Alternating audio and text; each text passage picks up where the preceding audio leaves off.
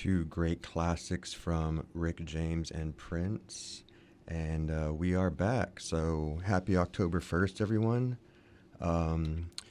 Just want to share that October is Breast Cancer Awareness Month, and you can see a bunch of stuff all over campus, a bunch of pink ribbons everywhere. So kudos to those who put those things up to, spread the word. And I'm on the breast cancer awareness, the National Breast Cancer Foundation website. And it says here, in 2024, more than 360,000 people will be diagnosed with breast cancer. But there is hope. Advancements in early detection methods and support continue to increase the chances of survival. When caught in its earliest localized stages, the 5-year relative survival rate of breast cancer is 99%. But early detection for all is only possible through action. NBCF, or the National Breast Cancer Foundation, is dedicated to helping women now.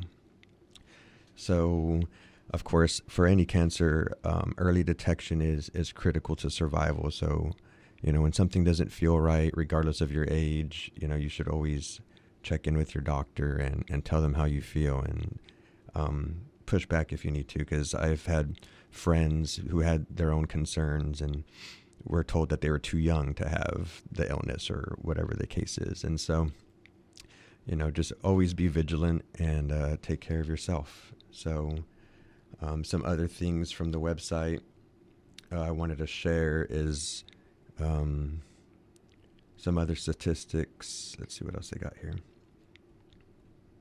There's a story about a young girl named Abigail who was 31 whenever she got diagnosed, and her history had a family of it. I kind of was glancing through the story during the music break, and seems really interesting. I'm not going to read through the story, but I highly suggest y'all and go and read through it, because it's these types of stories that kind of create awareness and get people to think twice whenever they're,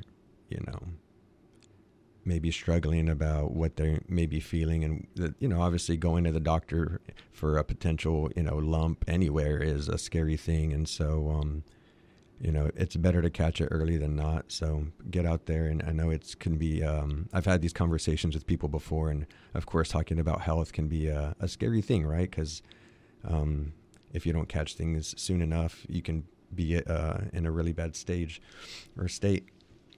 And so, but like I said, just it's important to be as aware as you can about your own body and know whenever, something's not right, just to, speak up and let them know how you feel.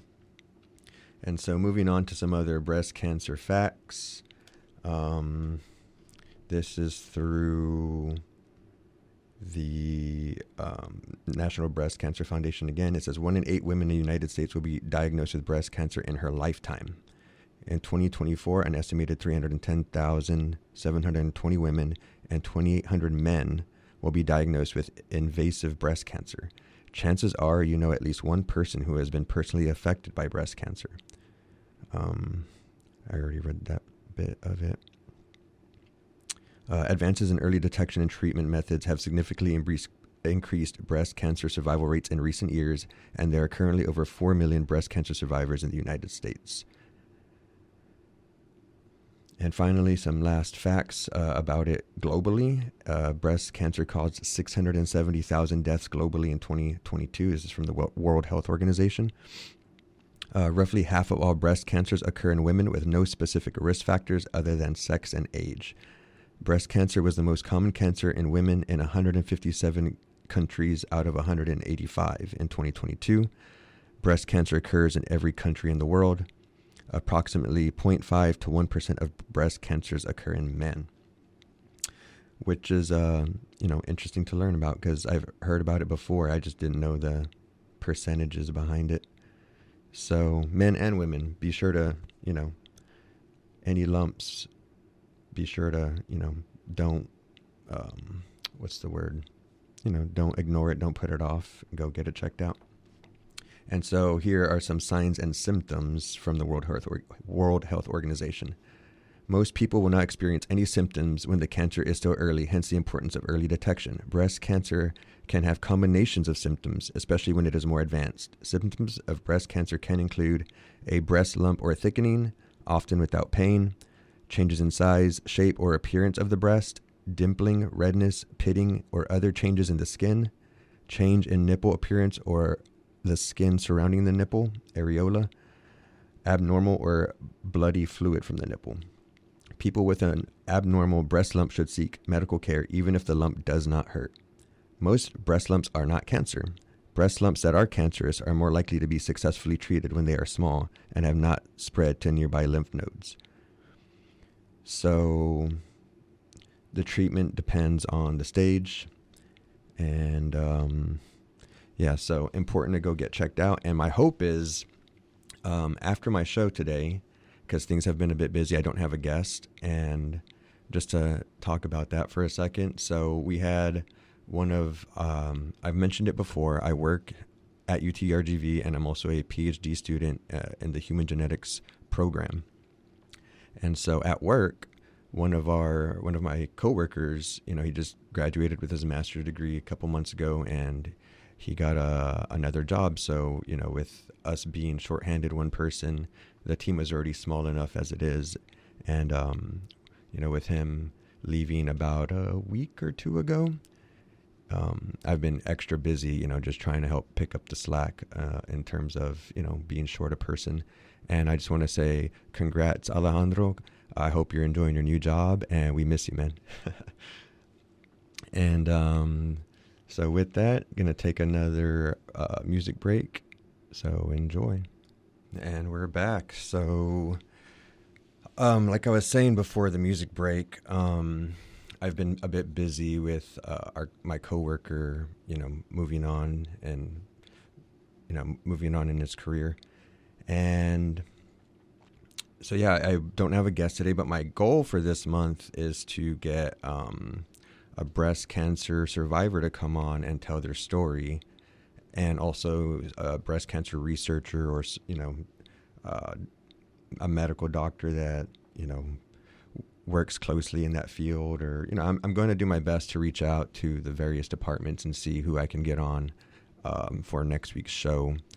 And so, if you all know anybody, feel free to email me, ricardo.perez08@utrgv.edu, and I'd be happy to, connect with y'all and see what we can do in terms of getting you on the show and sharing your stories. So I also just learned that, as with any month, it is awareness month for a variety of things. And also, October is Liver Cancer Awareness Month. And a big part of what we do in the human genetics department is research on NAFLD, or non-alcoholic fatty liver disease, and various other things as well. So we know that NAFLD is very,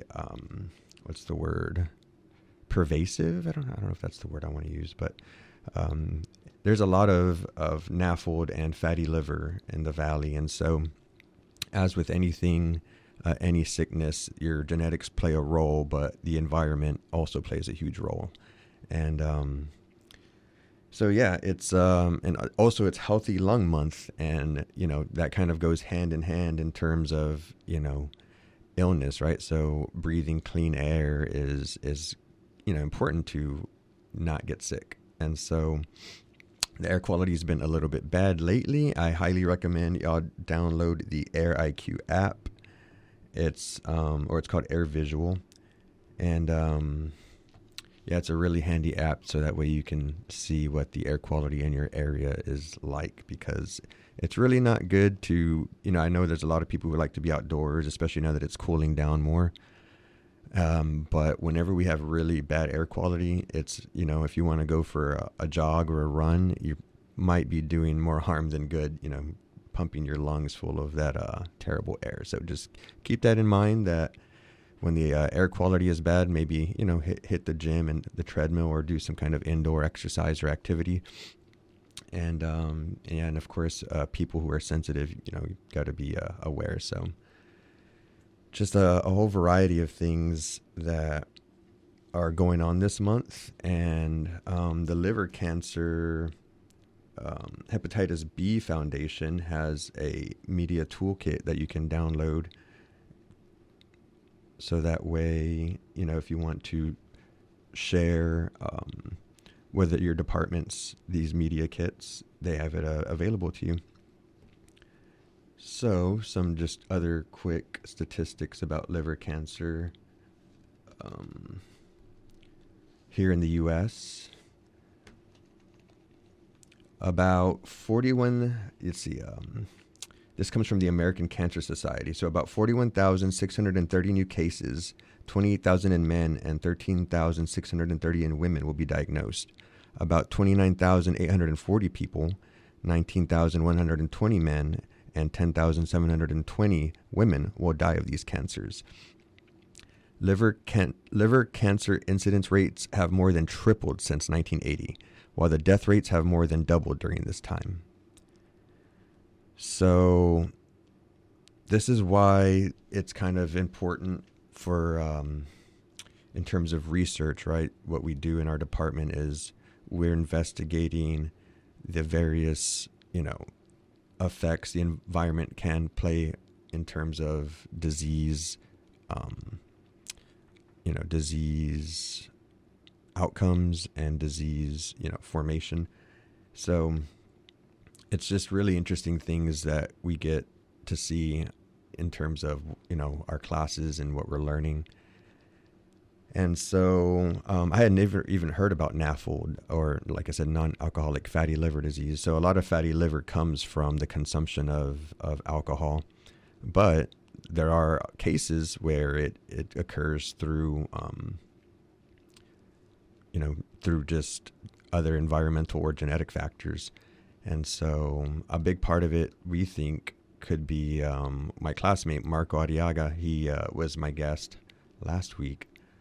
I want to say it was last week. Sorry, these weeks all blur together. He's doing his work in NAFLD and investigating a toxin called aflatoxin, which is a toxin that is in our food system, and it's highly regulated by the government. The federal government sets standards, and the state governments are required to, regulate their own, grains. And I've done a whole deep dive into this world of aflatoxin. So I know way more about it than I should in terms of not even the science of it and all the regulatory aspects of it. Though the exact numbers slip me in terms of the parts per million that are allowed. It's a really interesting story in terms of how it came about. Was so I think it was in the 60s or 70s there in Europe, I want to say maybe England, they imported some feed and fed it to their turkeys. I want to say it was turkeys, and 100,000 turkeys died, and they didn't know why. So then they started to investigate. Well, let's check out the feed, and they found this aflatoxin in there in high, concentrations. And that's whenever they realized, oh man, this stuff is terrible for you. And a big part of what aflatoxin attacks is your liver. So just things to be aware about. I highly suggest you look up aflatoxin and just learn more about, liver disease, liver cancers in general, because they are highly, highly pervasive in the area. So other than that, just moving on a bit, I wanted to talk about the semester. I hope there are a lot of students I hope there are students listening right now. And the semester, we're about a little over a month in, and it's been a bit hectic. I know in our PhD in human genetics program, the new students, I want to say, just had their first test yesterday or late last week. But so yeah, I know y'all are starting to get into the grind of reaching the point where you're taking tests and quizzes, and just always know that you can you can always do it. It just takes preparation is the biggest thing, right? And sometimes it's hard with all the different aspects of life that pull us in different directions. And like I mentioned in my talk with Marco, that you should never feel like you're inept or incapable just because you had a bump in the road. So if you have to drop the semester, if you're thinking about dropping the semester, if you don't get a good grade in this first test or, first few quizzes you've taken, don't let it beat you up, because beating yourself up is easy and it doesn't do any good. You really got to just reinforce positive messages. I do it all the time on my commute. So I live in McAllen, but work, and go to school in Brownsville. And a lot of times on the road, I just reinforce positive things to myself. I say, I am capable. I can do it. I belong. I can do it. I've done it before. I can do it again. And a lot of times it's just kind of like mental warfare I'm going at with myself. And, but after a while, especially on those days, whenever it feels like, you're working around a bunch of incredible people who are, beyond extraordinary in terms of the science and research they do. And it can be very intimidating to, even just want to talk to these people. And so a lot of times like I said, reinforce those messages and just, I guess, just like I said, it's easy to beat ourselves up and we do it all the time. It's unfortunately one of those things I feel is like hardwired into ourselves, especially. A lot of it could be cultural, of course, but it's just, and what really made me realize in terms of how bad we are about beating ourselves up is when I went to business school at the University of Washington in Seattle. And in business school, you have to network and you have to kind of be extroverted. And I'm a huge introvert. So it was just an interesting experience to see and to learn about these different aspects of, I guess, psychology, right? Because one of my favorite classes from my time there was a class in negotiations. And so to get the framework and understanding of the thing that we do every single day, multiple times a day, whether it's a negotiation of trying to get your friend to, I don't know, pick up something for you, or you negotiating a better salary and for everything in between. So don't beat yourself up. There's plenty of time left in the semester. Just got to double down and, really get after it, because though there is quite a bit of time, as you know, it goes quick. So with that, I am going to take another break. So enjoy the music. All right. So finally, before the end of the show, I just want to continue talking about mental health, because it's very important and it's highly stigmatized. And I've mentioned before, I'm a military veteran. And so I use the Veterans Affairs, the VA's mental health resources. I have been seeing a psychiatrist every 2 weeks or so for about the last 2, maybe 3 months at this point. And I'm really glad that I had started prior to everything kind of going crazy on me here at work and school. And so my next appointment is this Thursday. So I just share all this with you because, like I mentioned before, there's a lot that, we deal with in the program alone. And then on top of the things that I, still kind of struggle with in terms of my military, my military service. And, but I just wanted to share this thing I learned about recently. It's called the Affirmation Song from, the artist is Doggyland, but it's from Snoop Dogg.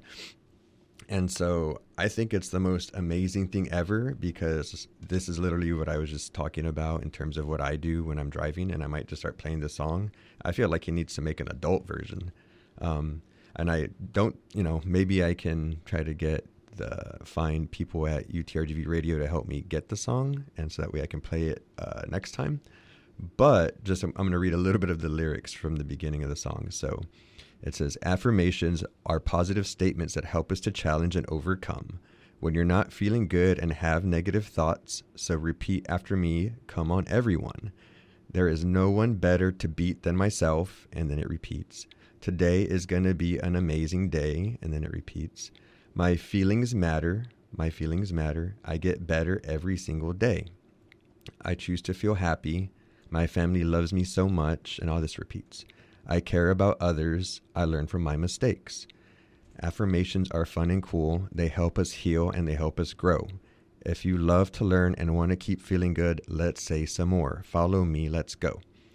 So, I mean, it's just the cutest thing ever to, see these kids on, you can probably watch a billion YouTube videos and teachers playing this in their classes for their young students. And so, yeah, it's really important to reinforce those positive messages because the world beats us down a lot. And then on top of that, we're really good at beating ourselves up. So I just want to, always,